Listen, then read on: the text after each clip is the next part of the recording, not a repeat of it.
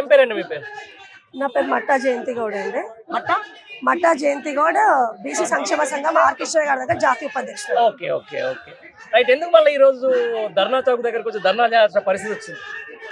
ఇక పరిస్థితుల్లో అమలండి. ఇక్కడ పార్టీ ఏదన్నా ముఖ్యం కాదు. ప్రతి ఒక్కరి ఆలోచన కూడా ఏంటంటే బీసీ రిజర్వేషన్లు జరగాలి, 42% ప్రకారమే స్థానిక ఎన్నికలు జరగాలనేది ముఖ్య ఆలోచన. అది ఏ పార్టీ అయినా సంబంధం లేదు, కానీ జరగాలి జరగాలంటారు. జరుగుద్దా? జరిగే అవకాశాలు ఉన్నాయి కదండి. జరగాలనేది కదా మన కోరిక. జరిగిందా అంటున్నా? నమ్మకం ఉందా? నమ్మకం పెట్టుకున్న మా ముఖ్యమంత్రి మీద ఆధారపడి ఉంది మన నమ్మకం. ఇప్పుడు మామూలుగా ఎట్లా ఉంటుంది అంటే 6 నెలలు కంప్లీట్ చేస్తాము, స్థానిక సంస్థల ఎలక్షన్లు కూడా పెట్టేస్తాము, కామారెడ్డి డిక్లరేషన్ ప్రకారం మొత్తం ఇచ్చేస్తామని చెప్పారు.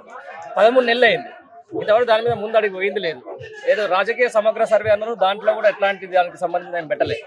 అవన్నీ ఇప్పుడు ఏది బయట రోడ్ల మీద కనపడుతున్నాయి ఆ పత్రాలు. అసలు నిజంగా కాంగ్రెస్ పార్టీ నిజంగా బీసీలో మోసం చేస్తుందని మీరు అనుకుంటున్నారా? 200% అంది.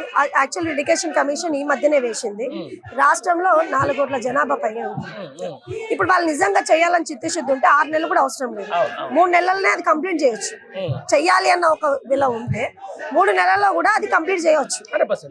ఎందుకంటే ఇప్పుడు గత ప్రభుత్వాలు కూడా వాళ్ళు సర్వేలు చేసినాయి, జనాభా గురించి వాళ్ళకి తెలుసు, కానీ ఎక్కడ కూడా అవి బయట పెట్టలేదు.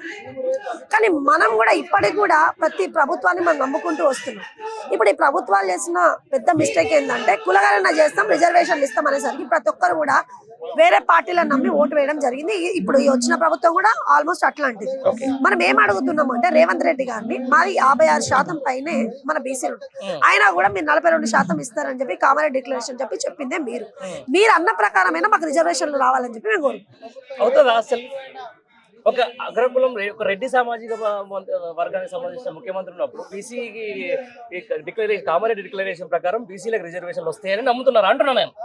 ఇస్తారు అని ఒకవైపు నమ్మకం అయితే, ఇంకోసారికి ఇస్తే వాళ్ళు అసలు ముందుకు వెళ్ళలేరు, జనాభా పెరిగిపోతుంది కాబట్టి అధికారం కూడా బీసీల చేతికి వెళ్ళిపోతుంది అని చెప్పి కార్యకలాపాలు చేస్తున్నారని చెప్పేసి నమ్ముతున్నారు. అంతేగా రైట్. ఈ రోజు జనరల్ సీట్లకు సంబంధించిన దాని మీద ఒక బీసీ ఒక అగ్రకులానికి సంబంధించిన వ్యక్తి పోటీ చేసినారు. ఎందుకు బీసీ గెలవలేకపోతున్నాడు? ఎందుకు మరి బీసీలందరూ కూడా అక్కడనే ఓట్లు వేస్తున్నారు? ఇప్పుడు బాగా అడిగినారు. ఒక బీసీ నాలో ఒక రెడ్డి కంటే ఒక విలమ కంటే నేను ఏం తక్కువ, నాకు కూడా అన్ని హక్కులు ఉన్నాయి, నేను ఏదన్నా చేయగలుగుతాను ఒక గట్టి నమ్మకం, ఒక ధైర్యం ఉండాలి. 70 ఏళ్ళు ఇంకా రాలేదండి. ఎందుకంటే బీసీలు ఎట్లా అలవాటు అయిపోయినారంటే ఏది చేసినా సరే మనము ఒక బానిసత్వానికి అలవాటు పడిపోయినాము అన్న ఉద్దేశంలో తప్ప ఇప్పుడు రెడ్లకు కానీ వెలమలకు కానీ అగ్రకులస్తుల కంటే మనం ఏది తక్కువ కాదు. ఈ రోజు 56% బీసీలు ఉన్నారు. ఏ రాష్ట్రంలో అయినా ఒక ప్రభుత్వం ఏర్పడుతుంది, ఒక నాయకుడు కాగలుగుతున్నారు. 100 మంది బీసీలు ఉంటే దాంట్లో 5% అంటే 5 మంది కూడా ఒక ఓసీలు లేదు. అంటే బీసీ జనాభా ఎక్కువ కదా, దాన్ని వీళ్ళు గుర్తించలేకపోతారు. అంటే ఇప్పుడు కాదు, ఈ బానిసత్వం అనేది ఈ రోజు మొదలైంది కాదు, ఇంకా చాలా వరకు మార్పు వచ్చింది. ఒకప్పుడు అయితే ఒక రెడ్ల ఇంటికి వెళ్తే మనం దొర అన్న వాడితోని రెడ్డి ఇంటికి వెళ్తే వాళ్ళు రెడ్లు అన్న అవకాశం ఒక దేవుడి కంటే ఎక్కువ గౌరవం ఇచ్చింది. ఇప్పుడు అంటే మనం కలిసి తిరుగుతున్నాం, ఇది వేరే విషయం. ఒకప్పుడు రెడ్లు అన్న పేరు వినిపోయగానే వాళ్ళ ఇంట్లో దొర అనే వాడు యూజ్ చేస్తూ వాళ్ళు మాట్లాడేది. ఈ రోజు ఒక బీసీ వ్యక్తి ఒక దొర ఇంట్లో పని చేయకపోతే వాళ్ళ ఇంట్లో పుట్ట గడవదు. అవునా? వడ్రంగి కావచ్చు, ఒక యాదవ్ కావచ్చు, ఒక మంగలి కావచ్చు, ఒక చాకల, అంటే వీళ్ళందరూ కూడా వాళ్ళ ఇంట్లో ఒక పని చేస్తేనే ఒక రోజు రెడ్డి కూడా నిలబడగలుగుతుంది. కానీ ఈ రోజు ఏంటి అంటే చాలా వరకు జనాల్లో మార్పు వచ్చింది బీసీలలో కూడా. ఈ మార్పు ఎంతవరకు వెళ్ళాలంటే రెడ్ల కంటే మేమేం తక్కువ కాదు, వెలమల కంటే మేమేం తక్కువ కాదు అని ఆలోచించాలి. నేనేమంటున్నా, ఇప్పుడున్న ముఖ్యమంత్రి గతంలో ఏమంటాడు, అరే నా ఇల్లు మీద పోవాలంటే బీసీ కులాలు అసలు చెప్పులు ఇచ్చుకొని పోయేటోళ్ళు, ఇట్లా వంగి దండాలు పెట్టుకుంటూ పోయేటోళ్ళు, మాదంతా పటేళ్ల వంశం, పట్టువారీల వంశం అన్నట్టు చెప్పుకుంటున్నాను. ఇప్పుడు ఉన్నప్పుడు ఇదంతా సాధ్యమవుతారని అంటున్నాను.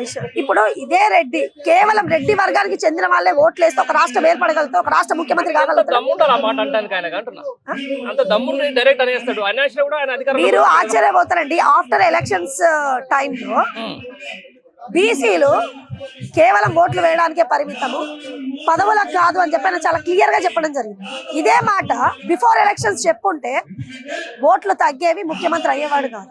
ముఖ్యంగా అంటే ఇప్పుడు ఈ రాజకీయ నాయకులు కూడా కేవలం నేను రెడ్డిని వెలవనన్న అహంకారమే తప్ప నేను ఒక సామాన్యుణ్ణి, నేను మనలో ఒకరిని, మనం అందరం కలుపుకోవడం. ఈ రోజు మీరు వెళ్ళండి, ప్రతి ఆఫీస్ లో 10 మంది రెడ్లు ఉంటే ఒక్క బీసీ కూడా అక్కడ ఉద్యోగం చేయలేకపోతున్నారు.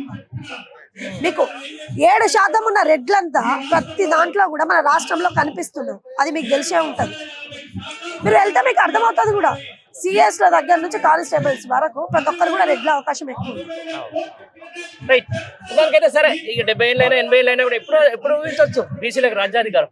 బీసీలు తలుచుకుంటే రేపే రాజ్యాధికారం వస్తుంది. బీసీలో ఎప్పుడు తలుచుకుంటారు అంటారు. ఇగో రోజులు మారినాయండి. నిన్న ఉన్నది ఈ రోజు లేదు, ఈ రోజు ఉంది రేపు ఉండదు. జనాలు ఎందుకు చాలా వరకు మార్పు వచ్చింది. ఒకప్పుడు ఒక పైతో మాట్లాడాలంటే మనలో ఒక ఆలోచన భయం ఉండేది. ఈ రోజు మనం స్పష్టంగా మనం ప్రశ్నించగలుగుతున్నాం. అలాగే రోజులు మారుతాయి కదా, ఖచ్చితంగా మాకంటూ ఒక రోజు ఖచ్చితంగా వస్తుంది. ఇన్ని రోజులు ఎదురు చూసినాం, ఒక 5 ఏళ్ళు ఎదురు చూడలేమా? అంతే. ఏ పార్టీ ఉన్నా మేము పార్టీలో కోరుకునేది ఒక్కటే, ఒక బీసీ సంఘం తరఫున ఏ పార్టీ అయినా ప్రజల శ్రేయస్సు గురించి కొడితే ఏ పార్టీ అయినా ముందుకెళ్తారు. ఒక బీసీని అనగదొక్కాలి, ఒక ఎస్సీని అనగదొక్కాలి అని అనుకుంటే ఏ ప్రభుత్వాలు కూడా నిలబడు. అది ఏ కులస్తులైనా కాదు. మేము ఎప్పుడు కూడా ఏదో ఒక రోజు ఒక బీసీ ముఖ్యమంత్రి అవుతాడని మేము చాలా గౌరవంగా నమ్ముతున్నాం.